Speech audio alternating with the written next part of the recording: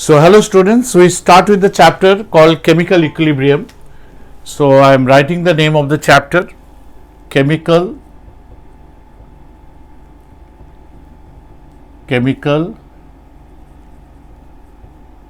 equilibria. I'll tell you, if it is in singular then it is called as equilibrium. If it is plural, more than one, then it is called as equilibria.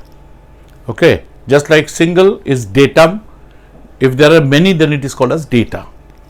So we start with the chapter chemical equilibria. Now as we always do, before we start the chapter, first let me write down the synopsis of the chapter. What are the things we will do in the chapter? So heading number 1 will be introduction. Heading number 1 will be introduction, in which we will say what is the purpose of learning chemical equilibrium. Then after that, heading number 2 we will have a little bit of discussion of reversible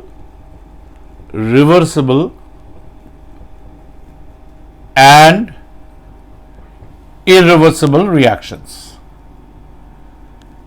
Irreversible reactions.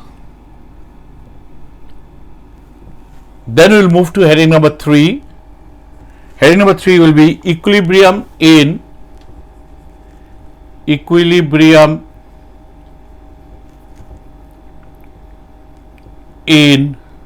physical process. Physical process means the process in which a substance changes its phase from one to another, but the substance remains the same, like ice becomes water and water becoming ice. Whether it is ice or water, the composition remains the same, that is H2O. So such processes are called as physical process. So equilibrium in physical process. Then after that we will go to heading number 4, equilibrium. I am writing in short EQM, equilibrium in chemical process, that is chemical reactions. For example, nitrogen and hydrogen are reacting to become ammonia. At the same time, ammonia is giving you back the nitrogen and hydrogen. So that kind of reactions, when equilibrium is achieved, it will be called as equilibrium in chemical process. But along with that, we will learn what is chemical equilibrium. We will also learn what is, the definition, etc., chemical equilibrium, and we will learn one more thing, that is rate of reaction. Okay. Then our job is to go to heading number 5. Heading number 5 will be law of mass action. It's a very important aspect in learning chemical equilibrium, and along with that we'll learn about equilibrium constant. We'll learn about equilibrium constant. Then I'll go to heading number 6. Heading number 6, basically we'll learn about factors affecting the equilibrium, and this is learned on the basis of a theory called as Le-Chatelier's principle. So we'll discuss Le-Chatelier's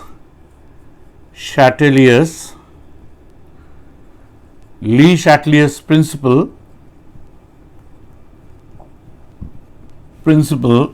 and Le-Chatelier's principle and factors affecting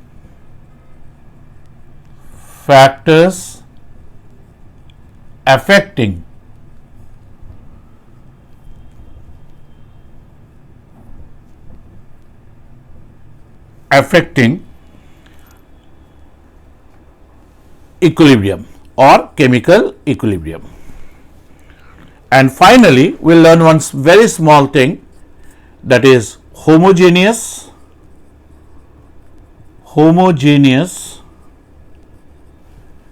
and heterogeneous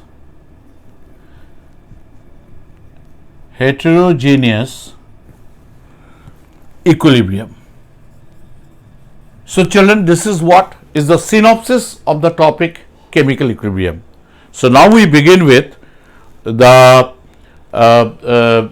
introduction, the actual topic. Is that okay? So let's get into introduction. So children, we get into the introduction of the topic.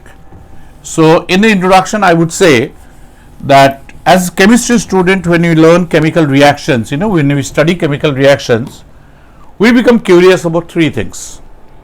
One is the feasibility of the reaction, the possibility of the reactions. So one we would like to know is the feasibility,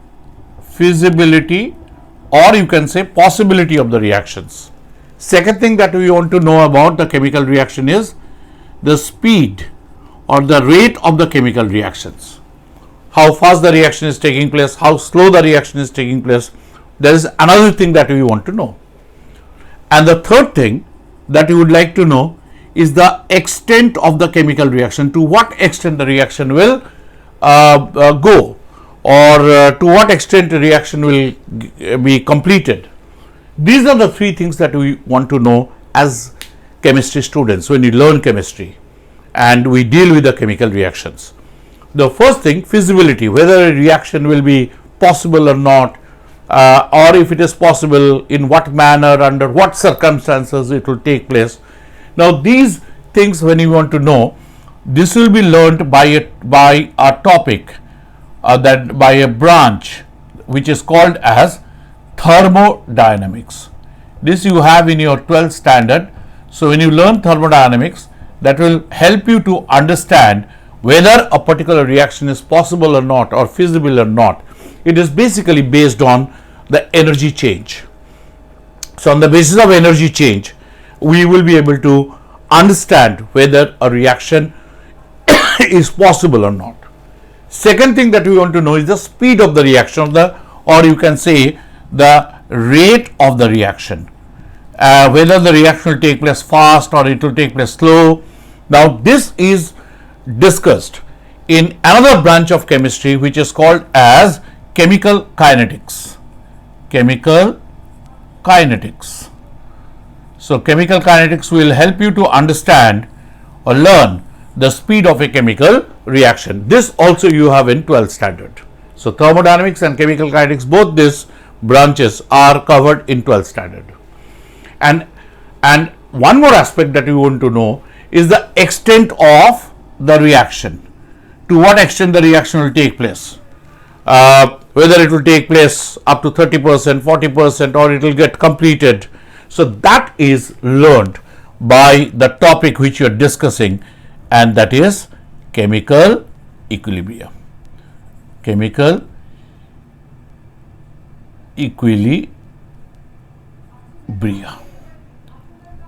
So I hope you understood what I said. So I quickly recap what I said in the introduction, that as chemistry students, when you are dealing with the chemical reactions, there are three things we are curious about. One is the feasibility of the reaction, the possibility of the reaction, which is discussed in the branch called as thermodynamics. Second thing, the speed or the rate of reaction, how fast, how slow the reaction will take place, that is dealt with in the branch called as chemical kinetics. Both this will be discussing in 12th standard. And the third thing that we would like to know is the extent of reaction, to what extent the reaction will take place, and that is discussed in this topic called as chemical equilibrium. Is it okay, children? So with that, we are through with the heading number 1, that is introduction. Now I am coming to heading number 2. The heading number 2, we talk about reversible and irreversible reactions. Reversible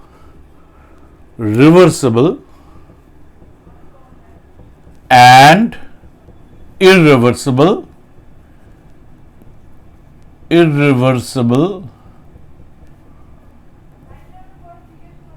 reactions. Okay. Now, when you analyze the various chemical reactions, you will find that there are few chemical reactions, they just take place in one direction, and in such cases the reaction will almost get completed. Actually, most of them they get completed, but just to be on the safer side, we say they almost get completed. Now, such chemical reactions which take place only in one direction and get almost completed are called as almost completed.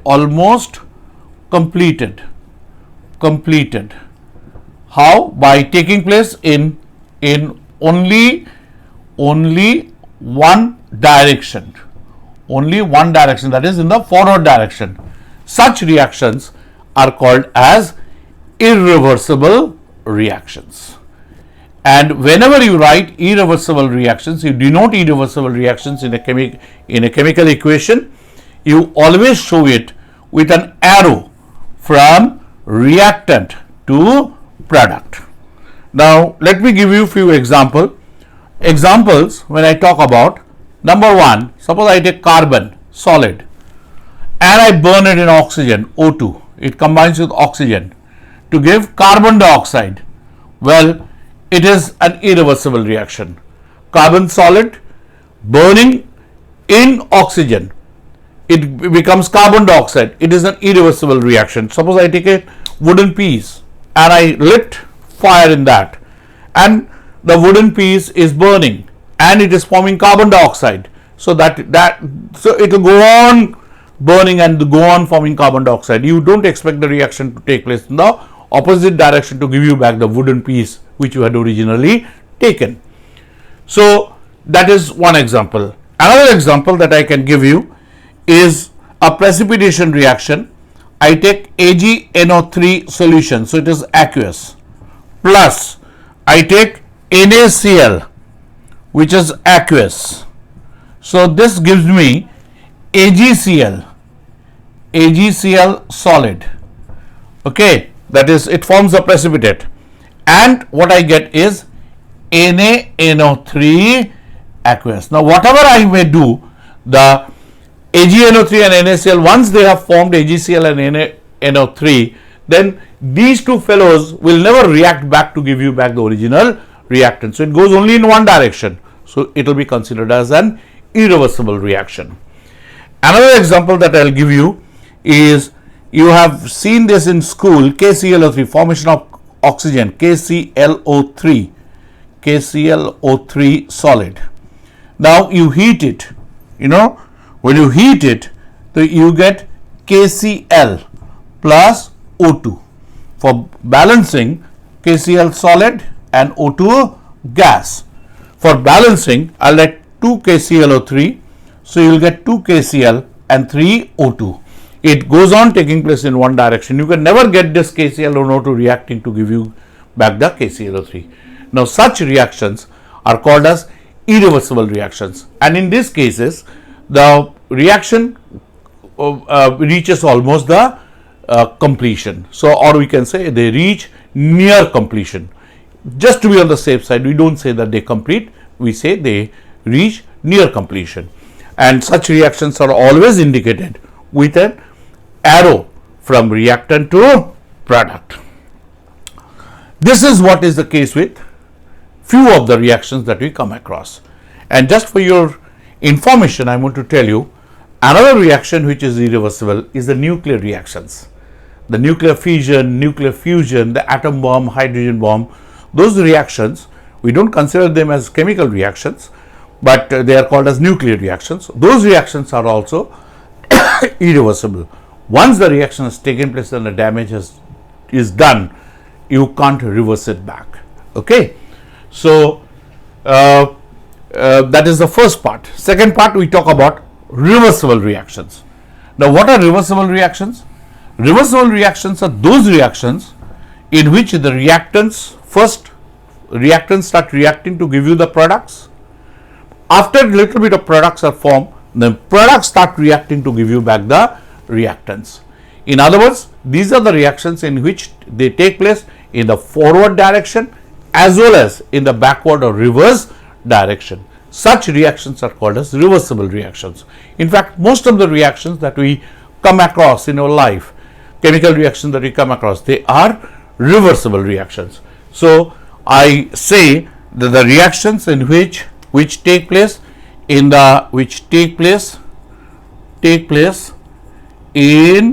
forward as well as backward directions are called as reversible reactions, reactions. And I must tell you, reversible reactions, how they are shown: reactants, they form products, but after some time products start giving back the reactants. And of course, a stage comes when the rate of forward and rate of backward reaction will be the same. When we say equilibrium is achieved, we will discuss about it. So here the reaction is shown with a double arrow. But mind you children, the double arrow that you make is a half arrow, not a full arrow. You don't show it like this. This is wrong. It has to be with the half arrow forward and a half arrow backward. Is that okay? Now, what happens is, in the reversible reactions, the example that we give, number one, N2 gas, the most famous reversible reaction, most common, and H2 gas, it is in Haber's process it takes place. It gives you NH3 gas, but NH3 will start giving you back the N2 and H2. So this is one example of reversible reaction. Another one is N2O4, decomposition of N2O4. N2O4 gas will give you NO2 gas, and for balancing it will be 2NO2. And so first N2O4 will start giving you NO2. When little bit of NO2 is formed, then they start giving you back the N2O4, and a stage will come when the rate of forward and rate of backward will be the same, and that time equilibrium is achieved. And another one that I will show you is N2 gas plus O2 gas will give you NO gas, and then NO gas will give you back the N2 and O2. Just for the balancing, it will be 2NO gas. Is it okay with you? So we have spoken about what is reversible and what is irreversible. Most important thing you must remember that irreversible reactions are shown with an arrow from reactant to product, and reversible reactions are shown with a double arrow from reactant to product, but both these arrows are half arrows. All right. Now when you talk about this discussion of various reversible, irreversible reactions, there are two terms you have to know. One is called as exothermic reactions and this is endothermic reactions. And I know for sure you are aware of it, but I'll still talk about it. So we have to know there are two terms. One is exothermic reactions. Exothermic reactions are those reactions in which heat is evolved. And just for your additional information, I must tell you, heat change is shown with delta H. H stands for enthalpy. Enthalpy is heat content. So heat change is shown with delta H. If heat is evolved, that means heat is lost by the system. So it will be shown with the delta H with a minus sign. And endothermic reactions, another type of reaction that you will come across, endothermic. And by and large, if you ask me which is more common, I will say exothermic is more common. Endothermic reactions are those reactions in which, or the reactions which are accompanied by heat absorbed. During the reaction, heat will be absorbed by the system from the surrounding. So the system will be gaining heat. So there will be change in heat content in a positive way because it is gaining. So it will be shown with the plus sign of delta H. Is it okay with you? So, two terms you must know: exothermic reactions are the reactions in which heat is evolved. The amount of heat which is evolved is shown with a minus sign. Delta H is, suppose during a reaction 280 kilojoule of heat is evolved. So, you will be writing is, after writing the chemical equation, at the side you will write delta H is equal to plus 280 kilojoule. And another is endothermic reaction. The endothermic reactions are those reactions in which heat is absorbed. So, when heat is absorbed and you want to show it, so after writing the balanced chemical equation, at the side you will write delta H is equal to plus whatever it is. Suppose 100 kilojoule of heat is absorbed. So, delta H is equal to plus 100 kilojoule. So, that is how it is. So, with that we are through with the heading number 2, reversible and irreversible reactions. Now, the next thing we will be discussing is equilibrium in physical process, and that I will discuss in my next video. Is that okay, children? Thank you. Thanks a lot. God bless you.